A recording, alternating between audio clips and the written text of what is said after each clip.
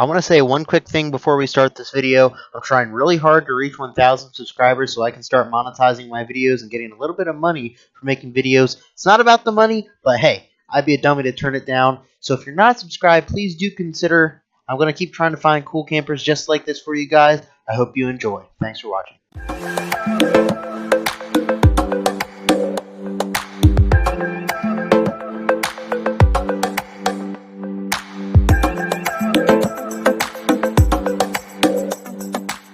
So for this vintage camper tour, I decided to do a voiceover, at least for the exterior part of this camper video.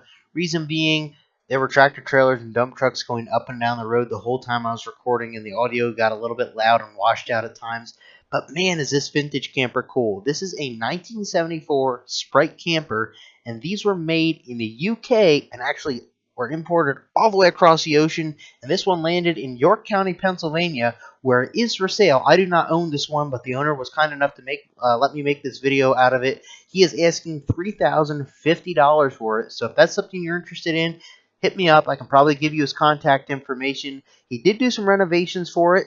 I think he did a very good job, and he also added an air condition, which is an awesome upgrade for these little vintage campers. Reason being, it gets very hot in the summertime in them. Here's a cool up-close look at the Sprite dog dish style rims. You also have your water and your power hookup.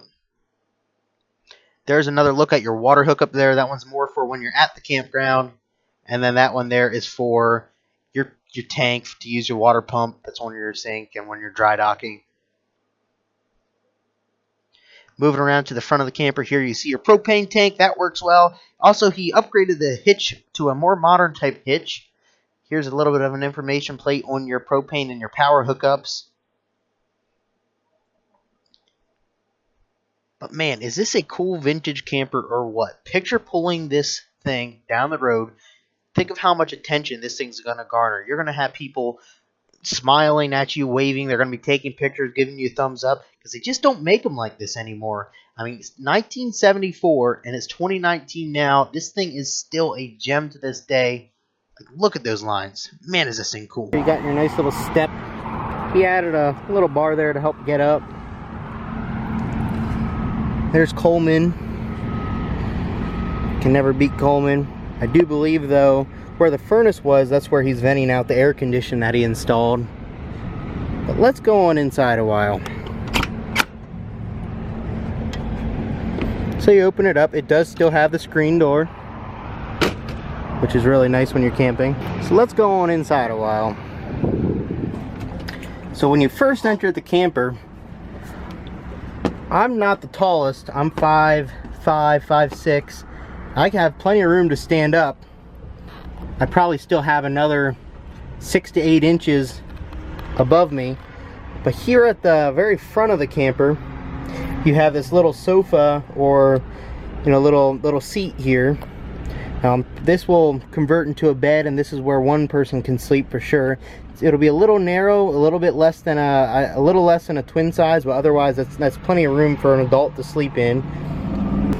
Underneath the sofa, you even have more storage underneath there. They didn't waste an inch of space. When you swing around to the rear of the camper, you do have, this is the dining arrangement, but right now it's broken down into a bed. The table goes down, sits on it, rests across there, and then you have now room for, I'd say, you could probably squeeze 2 adults onto this. I'd say it's a little wider than a twin size bed, but you might be able to squeeze 2 adults on here. You could definitely get 2 children or an adult and a child. That's a nice little sleeping arrangement. Now if you swing around to the passenger side of the camper, you have an air conditioning unit, and that was originally where the furnace was, but he replaced that with a nice little air conditioning unit, and that makes a lot of sense because you do most of your camping in the summertime, and if you would do anything when it's colder, you could plug in a nice little space heater in here and you'll be toasty. You'll be totally fine. So that's a nice addition. I wish my Shasta had one of those, but it doesn't. And then above that, you have a nice little closet. When you open that up here, you'll see that you have enough room that you can hang up your clothing in there. Also have the toilet in there. And now a lot of you guys ask, what do you do about the toilet in these little campers and all that? Well, that's your answer. That's what you're going to end up doing. Now, a lot of times you want to try to find a campground that does have a toilet and camp pretty close to that toilet and the shower, and you're going to end up using their facilities.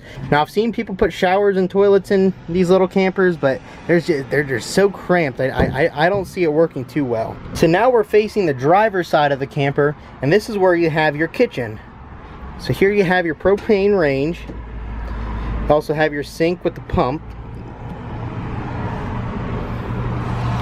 Down there you have some storage. You have all these little drawers. And you also have electrical down there, along with a little trash can and other odds and ends right below the sink. Underneath the stove you also have your fridge.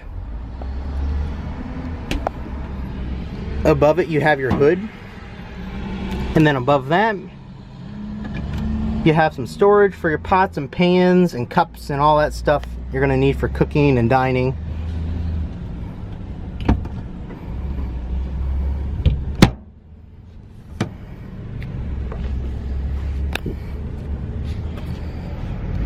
And speaking of dining, I am going to set this up for the dining arrangement so you guys can get a little idea of what that might look like.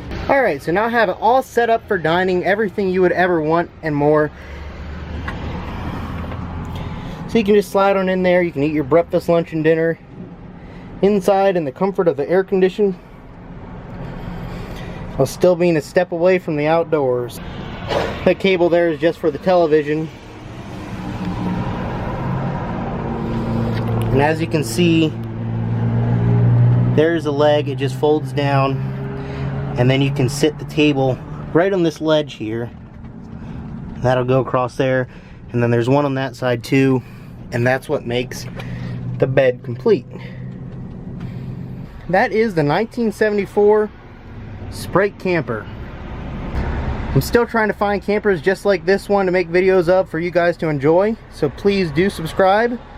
If you've ever had one or have any comments you'd like to say about your vintage camper or other vintage campers or even this one, please feel free to comment down below. If you have any questions too, I will be happy to answer them.